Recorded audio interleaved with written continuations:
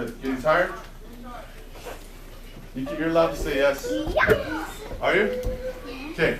I can tell. When you practice this kata, okay, you need to practice up to that point. And is she competing with this kata? Yes, traditional. Traditional. Okay. I have one more private with you before I compete.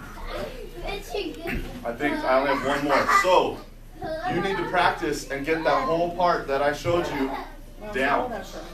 Okay? It's going to be up to you to practice those moves, to tighten everything up, to look in the mirror, to make sure all of your fingers are tight, everything is strong, and then you need to add your speed to the kata. You gotta move through it fast, okay? Don't let those moves slow down. Don't let this move be a slow motion move. Okay, don't let this move be a slow motion move.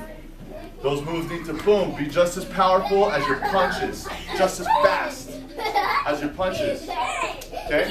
Any questions? You know what roll high means yet? All right. Ready? Good job. Down here. High five. Good. Good job.